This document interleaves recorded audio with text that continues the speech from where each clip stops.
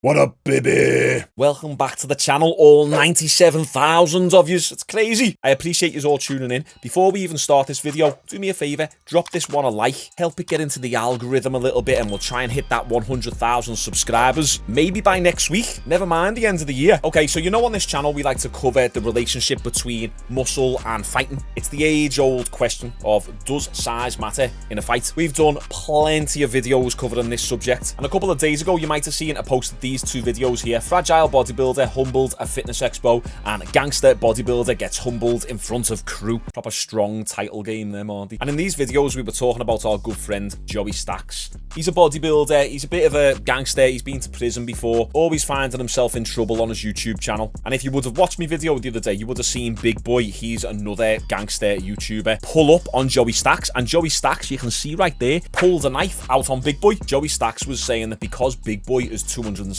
pounds and Joey Stacks is only 200 pounds, he doesn't mind using a knife because it evens the playing field. But the point I want to talk about today is Joey Stacks is perceived as a tough guy. I mean, all you got to do is take one look at him. The tattoos, the crazy sound and voice, the chains around his neck, the jacked physique. He speaks very gangster-like as well. And this right here, if you was to come across this person on the street, would seem like a very scary individual. And in hindsight, yeah, he is a scary individual because he carries a blade round with him and will happily stab you at any moment if he feels threatened. That being said, one of the narratives I like to push on this channel is just because someone is big, juiced up, tattooed and scary looking does not mean they know how to fight. And that's what we're going to cover today. Joey Stacks has got a video of him boxing. I think it's his first boxing workout that he's ever done. So he's been in many street fights, but he's never actually done boxing and learned how to throw a punch. Now, if you're watching this, Joey Stacks, right, big respect to you. I always shout out people who are willing to put footage of themselves, especially when they don't know how to throw a punch, and broadcast it to hundreds of thousands of people online.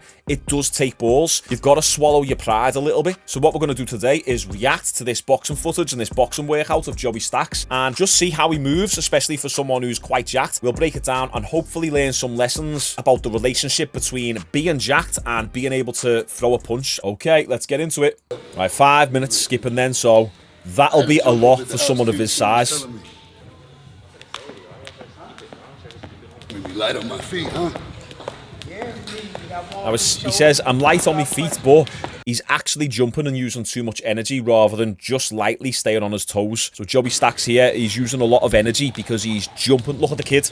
Right, look how light he is, whereas Joey Stacks with a little bit more exaggerated jumps.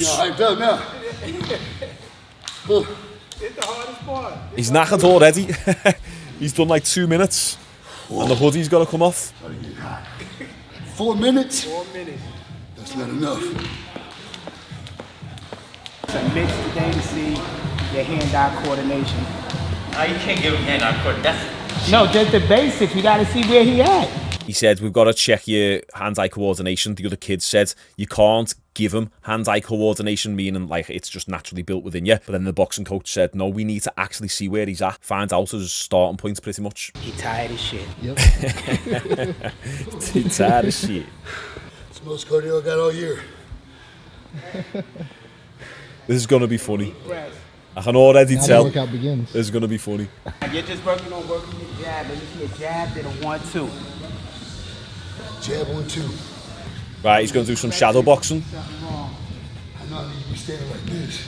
Are you Because I'm right-handed? right-handed. All right. Yeah. But I'm always just a right. You know, I use my left hand to grab. Okay. You know what I'm saying? So I'm a more like, If you want to fight there, you put your strong hand in the front. yeah. So if you want to keep your strong hand in the front, it's cool. You Yeah. fight both stances too. Yeah, so. But I can switch it up too, you know what I mean? Just depending on how I feel. Yeah, some boxing coaches will actually promote fighting southpaw if you're right-handed. It makes sense to have your stronger hand as the jab, since that you're going to be throwing it the most. Right. Now look, when you throwing, Yeah. if you're in southpaw, practice throw this. That's what this is, southpaw? And Okay. when you turn this punch, you make sure you turn your leg. The knee, the heel lines up to the knuckle. So here. Don't lean. Okay. Just turn it. Turn Yeah, he's it leaning a little bit, Now turn that foot to the punch. falling Turn into that it. foot. But don't lean, because if you lean, they're not uppercut you. Okay, so. Just turn. Right, you jabbing to get close up. Once this touch, that can touch. See how this kid's very natural moving. Go in southpaw, work light on his southpaw, toes. work in southpaw. And of course, because he's been doing it longer, he's also lean and athletic. Remember, I'm the opponent, I'm straight. Make sure your thing comes straight. And you should see an L. This foot should be pointed at that wall, belly button pointed at that wall. So I should be like this? Right, because all your power comes from that back leg. So when I'm standing, I set my feet like an L, you're saying? Yeah, like this. Like just like an L. When you turn it, turn. So I shouldn't be both toes facing you? No, because then you took all your power out of that. Okay, here makes sense. So here, the L stance. Jab, and then turn that one. You lean, you do. Too much? You lean it forward, just sit. This stays center of gravity right in the middle. Good. Jab. Yeah, so what we're seeing here is completely typical. So as he's throwing his punches, he's leaning forward because he's so used to lunging at people and grabbing people. You can tell he's struggling with just throwing his punches out there. Every punch, he's moving forward like that. A lot of the time, it's just being able to relax. When you get bodybuilders like this who aren't used to relaxing and they're so wound up tight and that jacked, they don't know how to be all fluid and floaty and relaxed with it. Jab, come back to the Comes with time. You gotta protect. When this hand is out, Yeah, someone's gotta protect, yeah. Okay. Let's Floyd put his gloves on real fast so I can hold the mix so we can work on it. Right, I'm sorry, Joey. I know obviously it takes a lot to put yourself out here like that, but those punches are a little bit funny. And I only say this because you're a bit of a tough guy and you've got no fear.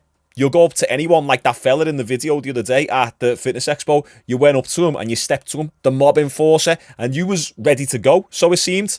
I don't know if you'd had a knife on you then, but like, it's just funny how, you know, someone so intimidating and so scary really can't actually throw a punch. And I don't mean that offensively, I just mean he can't actually throw a punch. Think about this on a superficial surface level.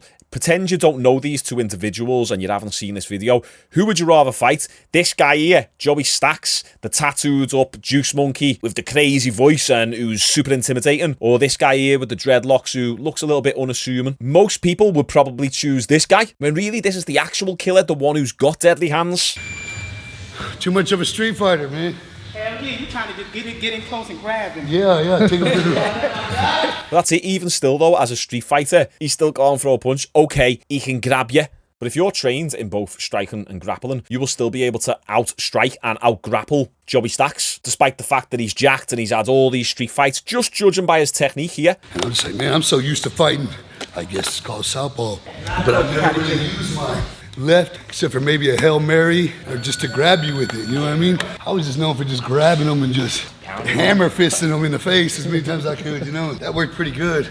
Yeah, so that will work pretty good against someone who doesn't really know what they're doing. And also the fact that he is quite jacked, he could just grab someone and do the most sloppy punches ever. And if those punches connect, they're probably going to hurt. But once again, that'd only work against someone who also doesn't know how to fight. Pads work. Let's go. Come on, turn. Why that hand in there? You trying to let them punch you? Yeah. Now step back. Yeah. Turn. There you go. He's looking a little bit better now. Turning his hips a little bit more. A normal squat and come up. Yeah. You got it? Yeah. That hand not back at your face. Again. That hand not back at your face. There you go. That's it. Keep your hands up. Don't roll. Just normal, hands on the cheeks. Yeah, just I'm gonna sit fall down. You got it. He's gonna gas. Squat, relax. Good. There you go. Relax.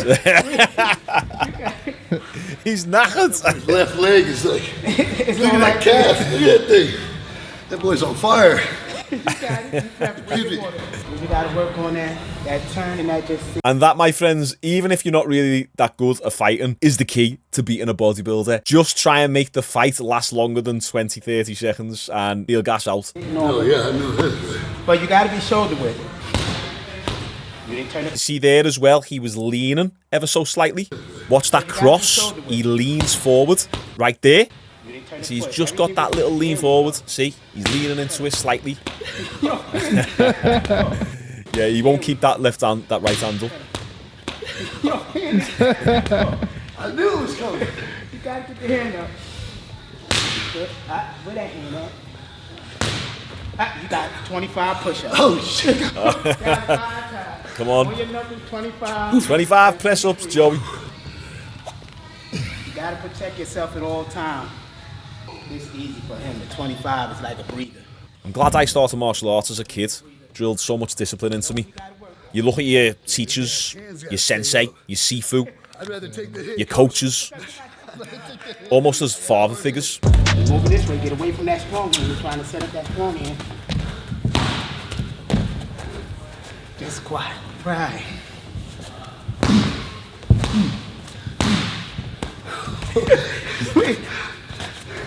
Don't drop it. Go right back to the face.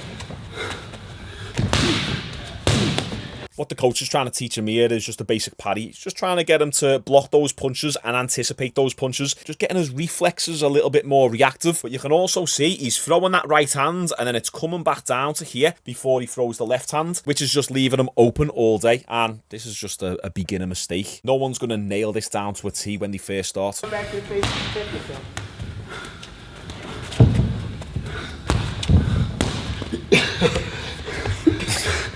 You got push-ups, 25, because you keep dropping your hand.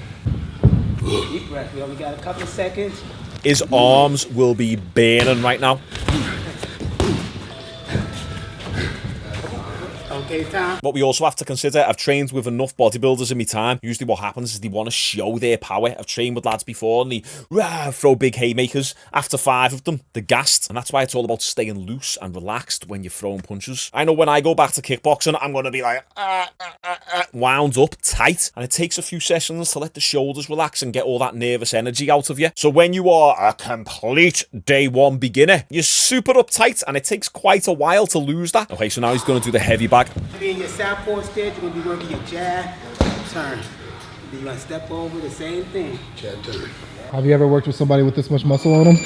Yeah. Yeah. It's like the first week is hard because they got so much muscle, but after a while their body will get used to the movements and it become natural. easy.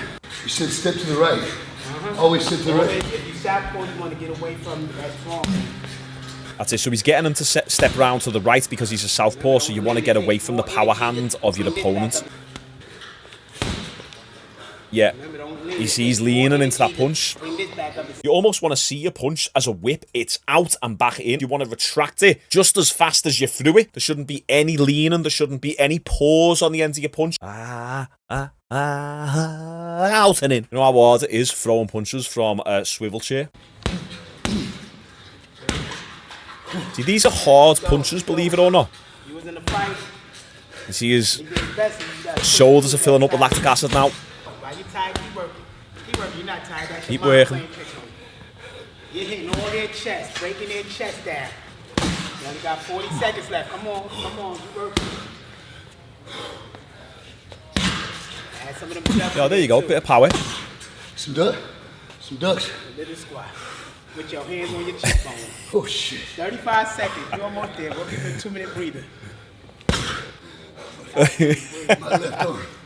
To be honest, he's not really that gassed. I know you can hear him breathing deep, but when you see people and they're really done, it's a lot worse than this. This right now is an elevated heart rate with a little bit of lactic acid. It's just that his body is not used to it. It seems so foreign, and that's why he keeps stopping every few seconds. He could certainly push a lot harder, but as the coach said, that will come in a few weeks as you start learning where your limit is. That hand with the back. Remember when some got to protect the house. When this one leave the house, something got to stay on guard. This big old juggernaut head.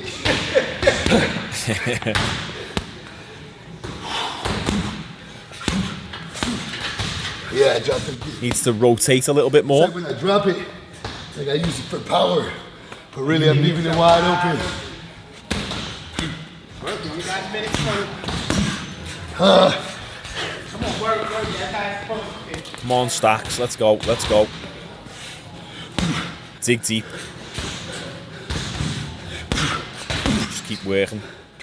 See, when you're feeling like this, even if you're absolutely dying, just keep throwing. Bring it back. So much energy. If this reach and this is this far, you know this one ain't gonna land. Yes. That's why just once it's like this, you can turn it. So you want to throw your jabs where they connect with here. It's still up there. So wait till you get closer Right. for that power punch. Right. Harder than your opponent. There you go. All of my A little bit of an traps. improvement then, especially on those crosses. So Because far. you're using all the other muscles, you gotta use that leg for the power, not the back muscle. Yeah, so let's watch his feet. There you go, he turns his foot then, yeah. Hands back to the foot. Good. 8 seconds. spoke about this the other week, the way some bodybuilders won't rotate the hips or sometimes even the shoulders when they throw a punch, which actually gasses your shoulders out faster because you're not bringing any power from your lower body. It's just all arm punches. So this is what I'm talking about, is most bodybuilders are really stiff and wound up tight. Then when they try and learn some boxing skills, they're actually at a little bit of a disadvantage than a regular person, because that regular person doesn't have all this muscle and they're not as uptight. But then at the same time, the bodybuilder will have the strength and size advantage. But I would much rather be skinny and start fighting and lifting at the same time. So I'm building size and mass, but at the exact same time, I'm keeping that fluidity. And I just wanted to make the point as well, Joey Stacks, this is nothing against you. It's more so just the overall concept in general. You see someone who on the surface looks like a tough guy, who's very intimidating, who's quick to confront people, who's got no fear whatsoever. Now, you should definitely be wary of those people. Like, a lot of the time, they're completely willing to lose it all and throw away their entire lives just over some sort of ego battle. But if it comes down to it and you have to have a fight with someone like this, remember, just because they look scary doesn't mean they can fight. I have this joke that I always tell myself: everyone looks hard when they pull up to the traffic lights and they're hiding behind a window on a locked car door. Pull up like that. But a lot of the time, they get out of the car and the little puppies. Everyone always feels very brave when they're in the car. I know people who can't fight, who literally can't throw a punch. Throwing punches like Joey Stacks. But if you was to see their level of road rage and how confident they are when they are in a locked car, you would think, damn, he can fight. When the reality is completely the opposite. A lot of the time, tough guys can't actually fight. It doesn't mean they haven't won street fights. I just wanted to use this video as a case study for what I mean. Tough as nails, been to prison, absolutely jacked out of his brain, bit of a gangster, throws punches like that. So the message stays the same. Always prioritize your martial arts and add the size, mass and strength at the same time. If you need any help doing so, I can help you do it for free. You just need to make sure that you watch my 100,000 subscriber special video when I upload it. Okay, lads and ladies, thank you for all the support on the channel. Honestly, the comments have been very wholesome and really positive, and I'm really proud of the community that we're building here. I started doing this for a little bit of fun because I enjoy making content, but you guys just make it so much more enjoyable and so much more fulfilling seeing all the positive comments. And I'm so happy that you're all here on this ride with me. Make sure you like this video, subscribe if you're not already, and turn those notifications on. We upload every single day, so I'll see you tomorrow.